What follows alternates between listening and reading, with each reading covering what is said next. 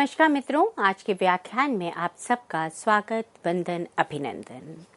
आज हम पात्र सृष्टि की दृष्टि से चित्रलेखा की समीक्षा करेंगे।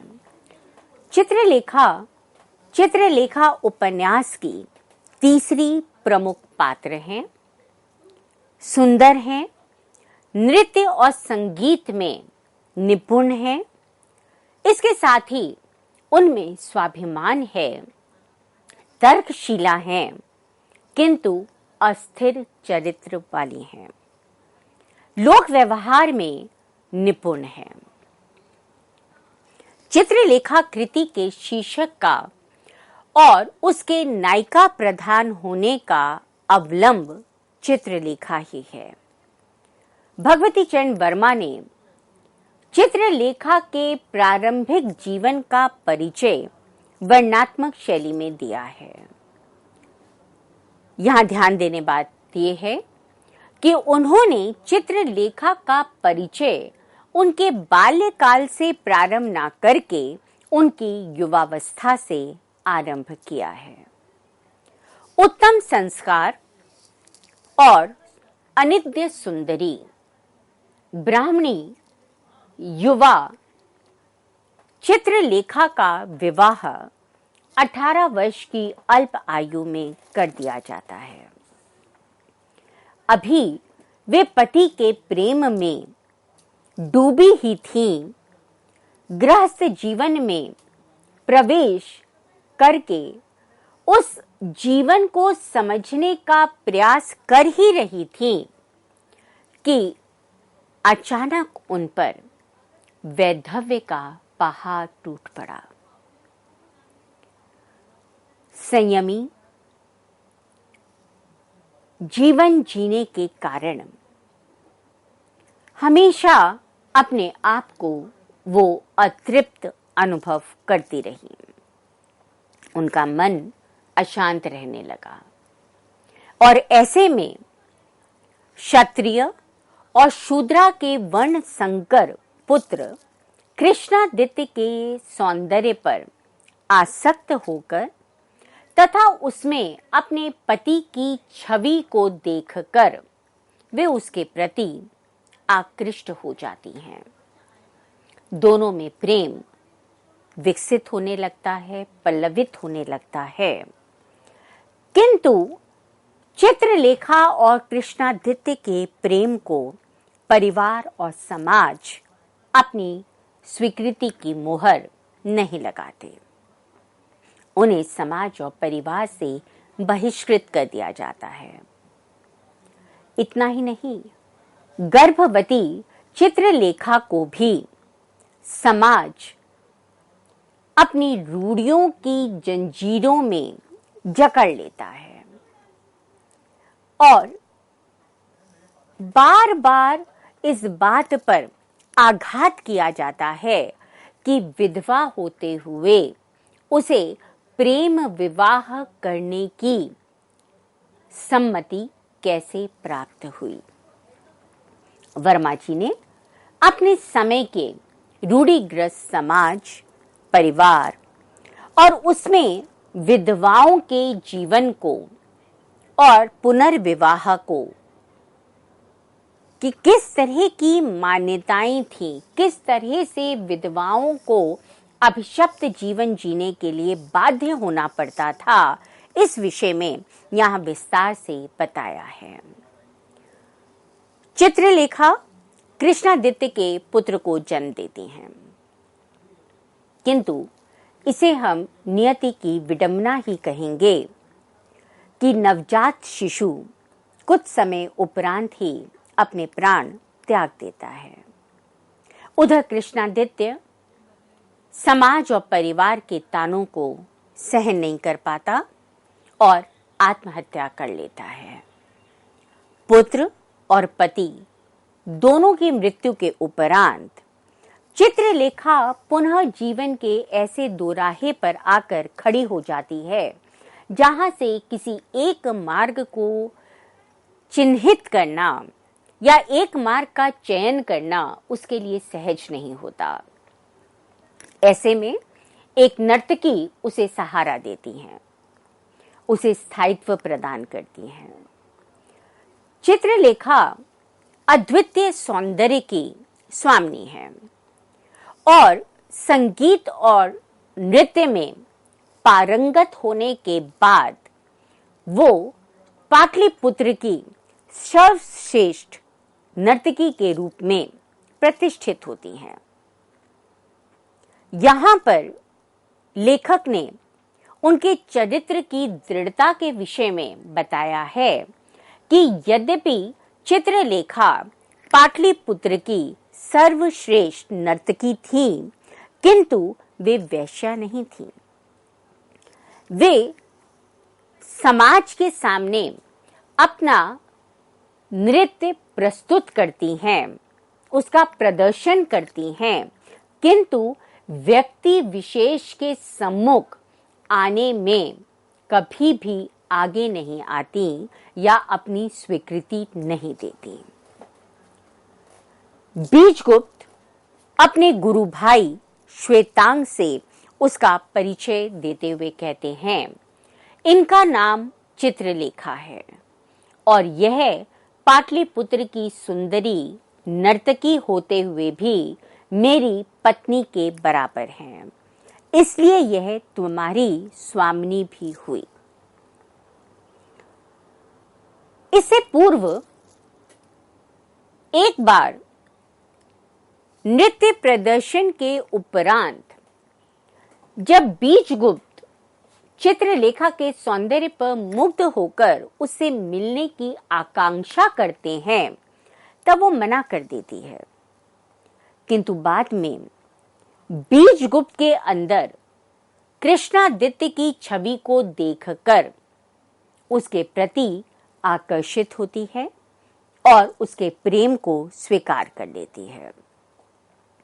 सामाजिक मर्यादाओं के कारण यद्यपि बीजगुप्त और चित्रलेखा आपस में विवाह नहीं कर सकते, तथापि वे बीजगुप्त की साथ उनके साम्राज्ञी के रूप में, उनकी पत्नी के रूप में, पत्नीवत रूप में उनके साथ रहती हैं। उपन्यासकार द्वारा दिया गया चित्रलेखा के सौंदर्य और वेशभूषा का वर्णन उपन्यास में बहुत विस्तार से दिया गया है और कहीं-कहीं यह वर्णन इतना विस्तृत हो गया है कि वह नीरस लगने लगा है। इसके साथ ही दार्शनिक सिद्धांतों की व्याख्या करते समय उपन्यासकार ने इस व्याख्या को स्वयं ना करके पात्रों के माध्यम से कराया है।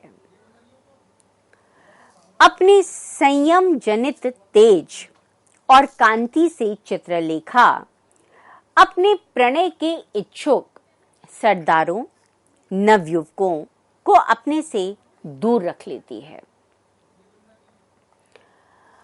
चित्रलेखा स्वाभिमानी है। वन में भ्रमण करते हुए बीजगुप्त के साथ जब वे मार्ग भटक जाती हैं, तब योगी कुमारगिरी के आश्रम में रात्रि विश्राम करने की इच्छा से वो जाते हैं।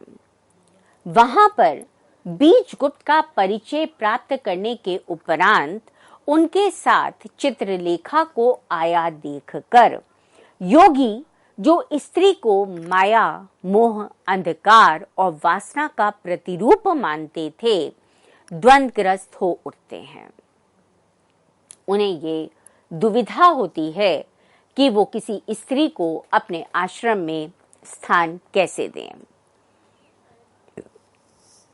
ऐसे में चित्रलेखा क्रोध से भर उठती है। उसका स्वाभिमान ऐसे प्रतिशोध में बदल जाता है जिसमें कालांतर में बीजगुप्त, कुमारगिरी, इन दोनों का जीवन तो प्रभावित होता ही है, उसके साथ साथ स्वयं चित्रलेखा का जीवन भी अप्रभावित नहीं रहता। सम्राट चंद्रगुप्त की तर्क सभा में योगी कुमारगिरी के साथ पुनः उसका संपर्क होता है, जहां कुमारगिरी अपने द्वारा फैलाए गए रहस्य लोक से अपनी आत्मशक्ति के बल से सबको प्रभावित कर लेते हैं। उस सभा में केवल 2 ही व्यक्ति अपनी आत्मशक्ति के बल से अप्रभावित रहते हैं, एक चाणक्य और दूसरा चित्रलेखा। अपनी तर्क शक्ति से सभा में उपस्थित सभी महानुभावों को चित्रलेखा कुमारगिरी की वास्तविकता से परिचित कराती है और अपनी अद्भुत तर्कना शक्ति से वह योगी कुमारगिरी को पराजित कर उस सभा में विजयी घोषित होती है। चित्रलेखा अस्थिर चित्त वाली युवती है। वो किसी एक व्यक्ति के साथ प्रेम में एक निष्ठ नहीं रह पाती। शुरू में अपने पति से प्रेम करने के बाद उसकी मृत्यु उपरांत वो कुमारगिरी से प्रेम करने का दावा करती है।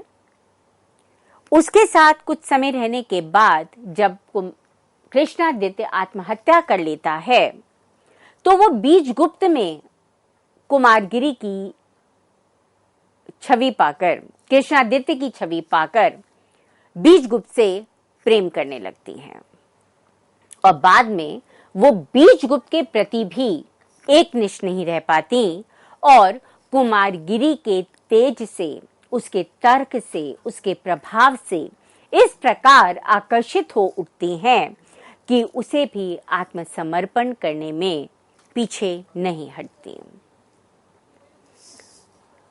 योगी कुमारगिरी के तेजोमय सौंदर्य, ज्ञान पर मुग्ध हो वो उसके प्रति अपने आकर्षण को श्वेतांग से स्वीकार करती हैं।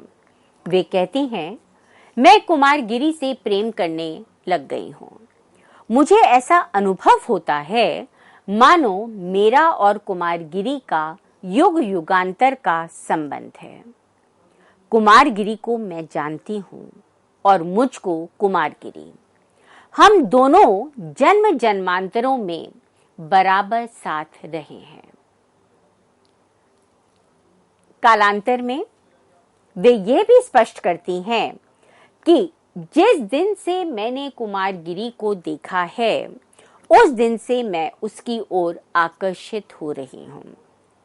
उसकी आत्मा की राह वही ले सकता है जिसने उसकी आत्मा को अच्छी तरह से समझ लिया हो।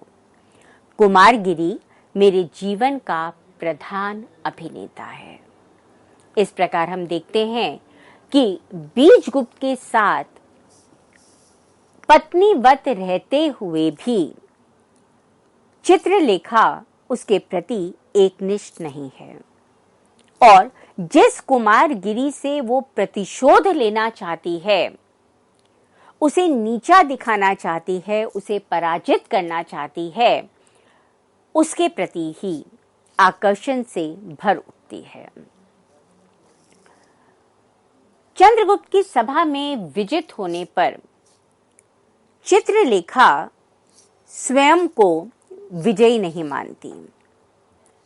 इसका कारण यह है कि चाहे वे सभा में विजय हुई थीं, तथापि वो कुमारगिरी के सामने उनके प्रेम में पराजित हो चुकी थी और इसलिए वो विजय मुकुट कुमारगिरी के सिर पर रख देती हैं और स्वयं उनसे दीक्षा लेने के लिए उनकी कुटिया में जाती हैं और उनसे कहती हैं कि वो सब कुछ छोड़ छाड़ कर उनसे दीक्षा लेने आई हैं, उनके साथ रहना चाहती हैं। वे बड़ी आराम से, सहजता के साथ इस बात को स्वीकार करती हैं कि वो कुमारगिरी को पराजित नहीं कर सकती, स्वयं उनके तेज के सामने, उनके ज्ञान के सामने, उनके आकर्षण के सामने पराजित हुई हैं। तद्विषयक उनकी उक्ति है, तुम्हें पराजित करने की ना तो मुझ में क्षमता है और ना शक्ति। चित्रलेखा की तर्कशीलता उसके संवादों के माध्यम से प्रकट होती है। यही नहीं, वर्मा जी की ये विशेषता है कि उन्होंने पात्रों के स्वगत कथनों के माध्यम से उनकी मानसिकता को रेखांकित करने का प्रयास किया है। उपन्यासकार ने पात्रों के अंतर्द्वंद की सूचना देकर भी अपनी कथा को आगे बढ़ाने का प्रयास किया है। चित्रलेखा में हमें दृढ़ इच्छा शक्ति दिखाई देती है। अपने तर्कों के माध्यम से, अपने ज्ञान के माध्यम से वे योगी कुमार गिरी को प्रभावित कर लेती हैं और उन्हें दीक्षा देने के लिए बाध्य कर देती हैं। जबकि इससे पूर्व कुमार गिरी द्वंद की अवस्था में हैं। उन्हें लगता है कि जिस ऐश्वर्य, भोग विलास के जीवन को जीने की आदि चित्रलेखा हैं, वो क्या आश्रम के शुष्क जीवन में प्रवेश कर उसे सह पाएंगी? कितने समय तक वहां रह पाएंगी? दूसरा, उसे ये भी लगता था कि कहीं ऐसा ना हो कि वो स्वयं उसके आकर्षण में फंस जाएं। चित्रलेखा के अंदर, चित्रलेखा से बीजगुप्त ये पूछते हैं कि क्या उनके और कुमार गिरी के मध्य कोई प्रेम संबंध है? तो चित्रलेखा मना कर देती हैं। अपने मनोभावों को बड़ी सहजता से छुपा लेती हैं और कहती हैं, कुमार गिरी योगी है, मूर्ख है, उसकी आत्मा मर चुकी है।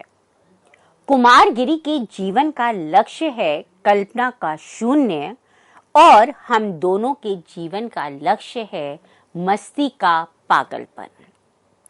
प्रियतम, संसार में कोई भी व्यक्ति हम दोनों के बीच में नहीं आ सकता।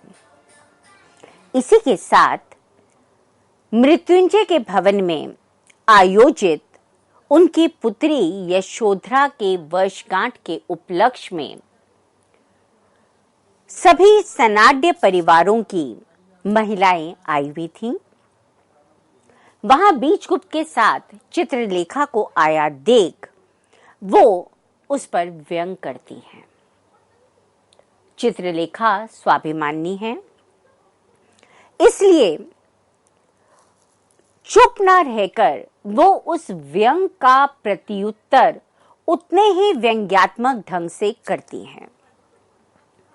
बीजगुप्त के द्वारा पूछने पर वस्तु स्थिति को छुपाते हुए वे शांत भाव से बात को वहीं पर समाप्त कर देती हैं।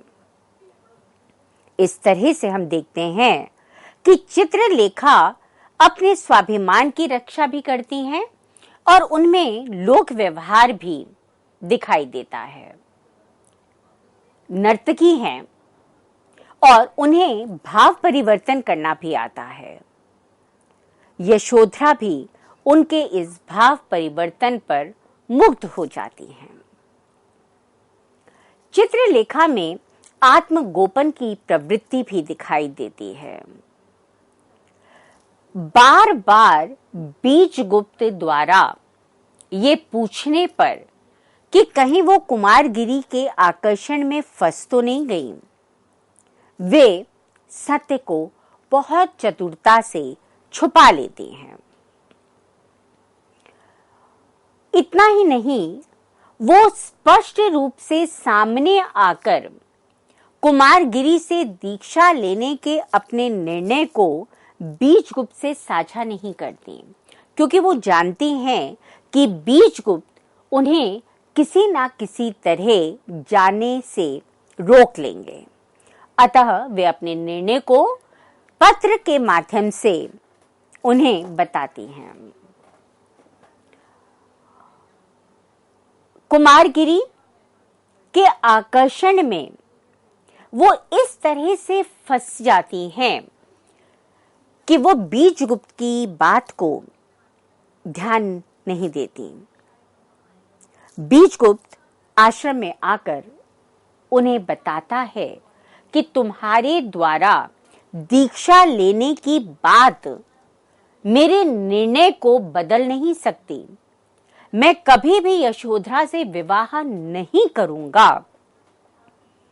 पर बाद में जब कुमारगिरी चित्रलेखा से रागात्मक संबंध स्थापित करने की इच्छा से उसे झूठ बोलते हैं कि बीजगुप्त और यशोधरा का विवाह हो चुका है, दोनों घूमने के लिए काशी गए हैं, तो वो कुमारगिरी पर सहजता से विश्वास कर लेती हैं।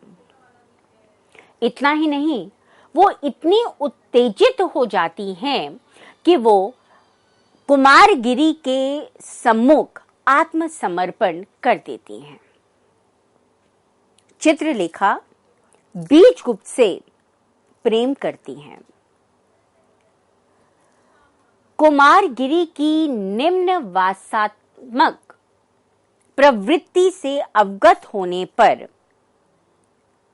वो उसे छोड़कर वापस आ जाती हैं और जब श्वेतांग उन्हें वस्तु स्थिति से अवगत कराता है तब वे पुनः बीजगुप्त की शरण में जाती हैं, उन्हें सत्य बताती हैं और चाहती हैं कि बीजगुप्त उन्हें क्षमा कर दे। बीजगुप्त जो हमेशा से बिना किसी स्वार्थ के निश्चल भाव से चित्रलेखा से प्रेम करते हैं, उन्हें क्षमा कर देते हैं। किंतु अब तक बीजगुप्त अपना सारा सामंत पद और ऐश्वर्य श्वेतांग को दे चुके थे। क्योंकि श्वेतांग यशोधरा से प्रेम करते हैं, उनसे विवाह करना चाहते हैं, अतः बीजगुप्त अपना सारा धन, वैभव, पद श्वेतांग को दान कर उसे यशोधरा योग्य वर बना देते हैं और खुद भिक्षु बन जाते हैं। वे चित्रलेखा से भी कहते हैं कि मैं तुम्हें अब भिक्षुणी के रूप में ही स्वीकार कर सकता हूं, और तब चित्रलेखा भी अपने ऐश्वर्य को छोड़ अपने भिक्षु की शरण में चली जाती हैं। उपन्यास में हमें चित्रलेखा की जीवन की 4 अवस्थाएं दिखाई देती हैं।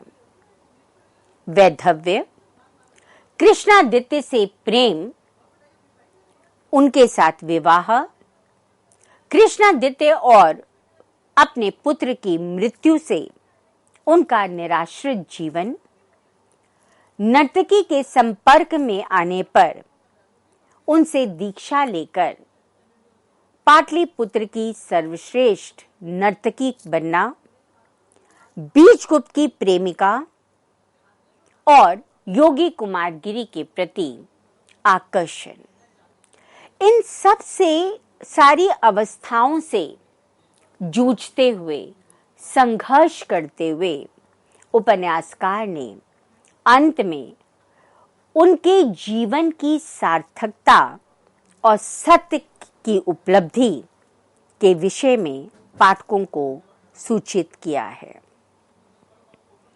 बीजगुप्त की तुलना में चित्रलेखा एक रूप गर्विता, विलासिनी नारी के रूप में पाठकों के समक्ष उपस्थित होती हैं। वे एक गतिशील पात्रा हैं। निरंतर उनके जीवन में, उनके चरित्र में हमें परिवर्तन दिखाई देता है। न केवल वो अपने मन की बात को स्वीकार करती हैं, अपने द्वारा किया गया आचरण भी वो स्पष्ट रूप से बीजगुप्त के सम्मुख कहने में हिचकिचाती नहीं है। किस प्रकार से उन्हें असत्य भाषण देकर कुमारगिरी ने अपने सम्मुख आत्मसमर्पण करने के लिए विवश किया, इस बात को भी वे पूरी सत्यता के साथ बीजगुप्त के साथ साझा करती हैं। चित्रलेखा अपने जीवन के किसी भी एक मोड़ पर, एक समय पर बहुत अधिक देर तक ठहरती नहीं है। कुमारगिरी के आश्रम को त्याग कथांत में बीजगुप्त को अपने जीवन की सत्यता से परिचित कराकर वे अपनी समस्त संपत्ति दान कर भिक्षुणी बन जाती हैं और अपने आप को बीजगुप्त के योग्य बना लेती हैं। इस प्रकार से भगवती चरण वर्मा ने चित्रलेखा उपन्यास में नायिका चित्रलेखा को अंत में पाठकों की संवेदनाओं की अधिकारिणी बनाया है। हम देखते हैं कि चित्रलेखा बीजगुप्त और कुमारगिरी के मध्य एक प्रेम त्रिकोण बनाती हैं। बीजगुप्त और कुमारगिरी दोनों उनसे प्रेम करते हैं, दोनों उनके ज्ञान से, उनके सौंदर्य से प्रभावित हैं, उन्हें अपने जीवन में पाना चाहते हैं। चित्रलेखा भी समय समय पर दोनों से प्रेम करने की बात करती हैं, पर अंत में कुमारगिरी की वासात्मक वृत्ति को देखकर कि किस प्रकार से एक आदर्श पुरुष जिसने वासना को अपने संयम के माध्यम से जकड़ लिया था, वो उनके सौंदर्य के आगे पिघल जाता है,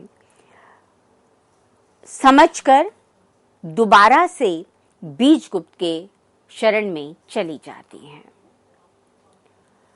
भगवती चरण वर्मा ने अपने पात्रों के माध्यम से अपने जीवनानुभवों को, अपनी मान्यताओं को अंकित करने का प्रयास किया है। भगवती चरण वर्मा का मानना है कि जीवन के साथ मृत्यु अनिवार्य है, सत्य है, उसे रोका नहीं जा सकता, किंतु जीवन गतिशील है और व्यक्ति को कर्म करते रहना चाहिए। संयम, त्याग, संवेदना, प्रेम इत्यादि के माध्यम से अपने जीवन को जीते हुए व्यक्ति मृत्यु को प्राप्त करता है। भगवती चरण वर्मा के जीवन में भी निरंतर उतार चढ़ाव आए। उन्होंने अपने जीवन को संघर्षों से जिया है। बहुत सारे संघर्ष थे जिनको पार करते हुए उन्होंने अपने जीवन को में पराजय को कभी स्वीकार नहीं किया।